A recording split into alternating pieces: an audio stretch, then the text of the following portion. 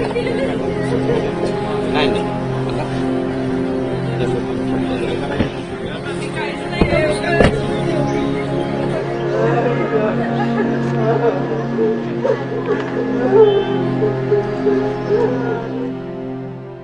अप्रैल को जम्मू कश्मीर के पहलगाम में आतंकियों ने 26 निर्दोष लोगों की हत्या कर दी।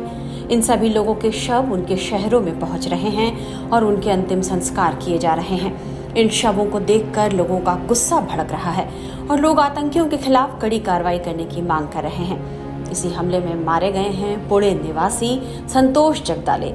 संतोष जगदाले की बेटी ने अपने पिता की अर्थी को कंधा दिया।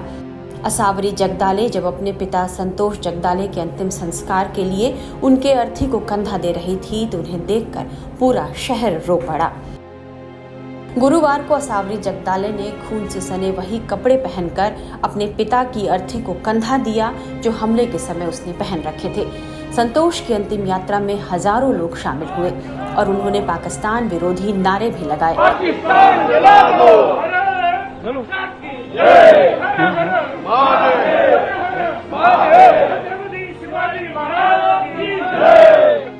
पहलगाम में 22 अप्रैल को हुए आतंकवादी हमले में जगदाले की बेटी असावरी और उनकी पत्नी की जान तो बच गई, लेकिन वह और उनके बचपन के दोस्त कौस्तुभ गणबोटे की मौत हो गई। संतोष जगदाले के सिर, कान और पीठ पर गोली मारी गई, वहीं कौस्तुभ गणबोटे की पीठ छलनी कर दी गई। पत्नी और बेटी के सामने ही संतोष जगदाले को मारा गया। जगदाले अपने परिवार के साथ पहलगाम घूमने आए थे। उनके साथ पत्नी और बेटी भी थी, साथ में एक महिला रिश्तेदार भी थी।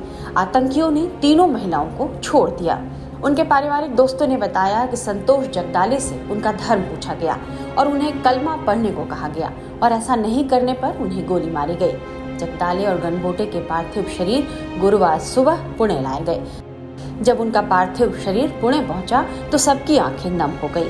हजारों लोग उनके अंतिम संस्कार में शामिल हुए थे। संतोष जगदाले की निर्मम हत्या और आतंकी हमले को लेकर उनके पारिवारिक दोस्तों और परिचितों ने क्या कहा है, ये सुनिए। परिवार पूरा बिखरा हुआ है। उनकी माँ है, बहुत उनका एज है अभी 83 और उनके सामने उनके बेटे का ऐसा देख नहीं पा रही है वो। कोई भी माँ नहीं देख सकती है ये। और जैसा हुआ है वो लोग अपना अच्छा समय बिताने के लिए वहाँ पे गए थे और उनके साथ ऐसा होगा उन्होंने सपने में भी नहीं सोचा था, लेकिन उनके साथ ये घटना हुई है और उनकी बेटी के सामने, उनके पत्नी के सामने उनको गोलियां चली है। इसमें उन्होंने ना उसके जात पूछी, ना कुछ पूछा, सिर्फ उसका धर्म पूछा। आप हिंदू हैं, आपको कलमा पढ़ना आता है? कोई भी हिंदू को कलमा पढ़ना नहीं आता है, इतना तो अब पता है। नहीं कलमा पढ़ना है तो उन्होंने ऑन द स्पॉट उनको गोलियां चलाई हैं। मतलब इतनी हैवानगी हमने आज तक नहीं देखी होगी कि आप हिंदू हो, कलमा पढ़ना नहीं आ रहा है आपको और आपको। अब जो सरकार से क्या उम्मीदें करते हैं आप? क्योंकि सरकार ने एक्शन भी शुरू कर दिया और पानी बंद कर दिया है, क्या उम्मीदें करते हैं?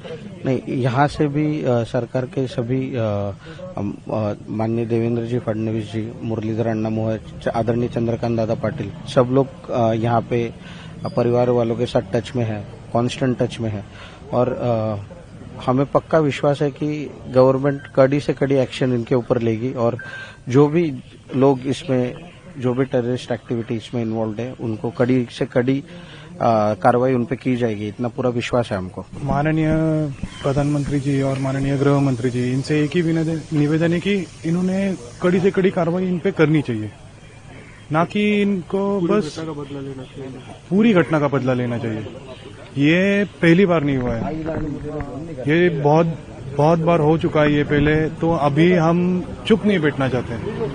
जैसे पुलवामा में हुआ तो ये वापस हर बार क्यों हो रहा है हमारे साथ, और हमारे मासूम नागरिक मारे जा रहे हैं, धर्म पूछ के इनको गोली मारी जा रही है, सरेआम कत्लेआम हो रहा है। तो ये सब नहीं होना चाहिए। ये एक खौफ पैदा करा है सामान्य नागरिक जो है। क्या चाहते हैं आप लोग, किस तरह का मतलब?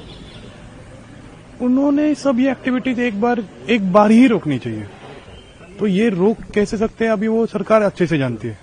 इसमें जातिवाद ना लाकर, इसमें आप एक आदमी क्या बोल के मार रहा है वो अगर आप देखें तो इसमें जातिवाद का आता ही नहीं है बात। तो धर्म ये वो कर रहे हैं जातिवाद। हम लोग तो जातिवाद कर ही नहीं रहे। हम एक सामान्य नागरिक हो के हम उसने जैसे मारा है इन लोगों को, हम उसकी निंदा कर रहे हैं। लेकिन जब कोई स्टेटमेंट ऐसा करता है कि सरकार हिंदुत्व को बढ़ावा देती है, इसलिए हिंदू लोगों को अलग करके इस तरह मारा जा रहा है, ऐसे लोगों को आप क्या कहेंगे? ऐसे लोग सरकार नहीं, ऐसे लोग तो ये समाज के लिए बहुत हानिकारक है। तो इन लोगों को कड़ी से कड़ी सजा होनी ही चाहिए। हालात तो बहुत दुख भरे हैं। उनकी माँ बहुत रो रही है, भाई बहन सभी लोग दुख में हैं। उनको जब ये उनको छोड़ने गए थे, सी ऑफ करने गए थे, तो उनको मन में कुछ आया भी नहीं रहेगा कि ऐसा कुछ हो जाएगा। ये बहुत घृणास्पद हल्ला उनके ऊपर हुआ है। दुश्मन के लोग, आतंकवादी हमारे एरिया में घुस के, हमारे देश में घुस के अगर हमारे लोगों को मार रहे हैं तो इसका करारा जवाब देना चाहिए और उनको जड़ से करारा जवाब यानी उनके यहाँ घुस के उनको मारना चाहिए। उनके जो आतंकवादी कैंप चलते हैं उनको नष्ट करना चाहिए। और ये हमारी भारतीय हर किसी के मन में आज यही है कि इनको घुस के इन्होंने अगर हमारे ऊपर हल्ला किया है, हम सहिष्णु लोग हैं, हम वसुधैव कुटुंबकम की बात करते हैं और ये लोग हैं जो खुद के फायदे के लिए हमारी जान दांव पे लगाते हैं। तो इनके ऐसे मंसूबों को नाकाम करना चाहिए, यह हमारी मांग है। आपको इनके मित्र परिवार में कैसे हालात है? परिवार में बहुत अच्छे हालात है। पूरे सब फैमिली यानी हम दोस्त भी आते थे तो इधर फैमिली मेंबर बन जाते थे। भाई लोग तो बहुत अच्छे हैं, सब कोऑपरेट करते हैं। उनके पूरे रिश्तेदार जब से सुना है सब लोग यहाँ खड़े हैं और हम भी यही है। तो बहुत अच्छा वातावरण है घर में, यानी घर का एक इंथुजियास्टिक, एक उत्साहवर्धक आदमी चला गया, ऐसी उनकी भावनाएं और बहुत दुख में है ये परिवार। पीड़ितों के परिवार से मिलने एनसीपी शरद पवार के अध्यक्ष शरद पवार भी पहुंचे थे। पवार संतोष जगदाले के परिवार से मिले। वहीं पीएम मोदी ने पहलगाम आतंकी हमले को लेकर आतंकियों और पाकिस्तान को कड़ी चेतावनी दी है। 22 अप्रैल को जम्मू कश्मीर के पहलगाम में आतंकियों ने मासूम देशवासियों को जिस बेरहमी से मारा है, उससे पूरा देश व्यथित है। कोटि कोटि देशवासी दुखी हैं। सभी पीड़ित परिवारों के इस दुख में पूरा देश उनके साथ खड़ा है। जिन परिवारजनों का अभी इलाज चल रहा है, वे जल्द स्वस्थ हो, इसके लिए भी सरकार हर प्रयास कर रही है। साथियों, इस आतंकी हमले में किसी ने अपना बेटा खोया, किसी ने अपना भाई खोया, किसी ने अपना जीवन साथी खोया है। उनमें से कोई बांग्ला बोलता था, कोई कन्नड़ा बोलता था, कोई मराठी था, कोई ओडिया था, कोई गुजराती था, कोई यहां बिहार का लाल था।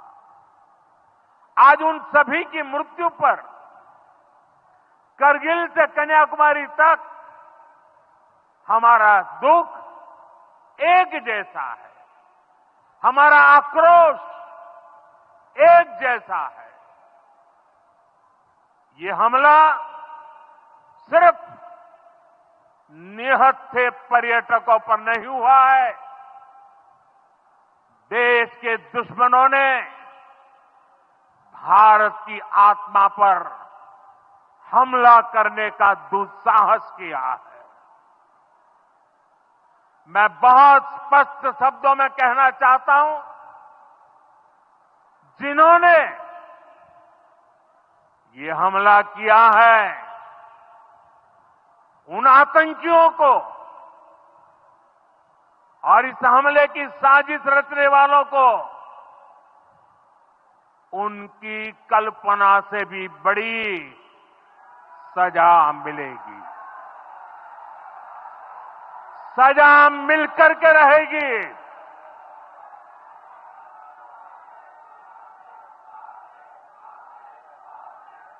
अब आतंकियों की बची खुची जमीन को भी मिट्टी में मिलाने का समय आ गया है।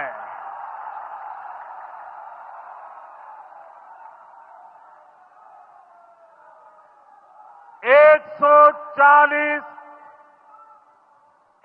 सौ चालीस करोड़ भारतीयों की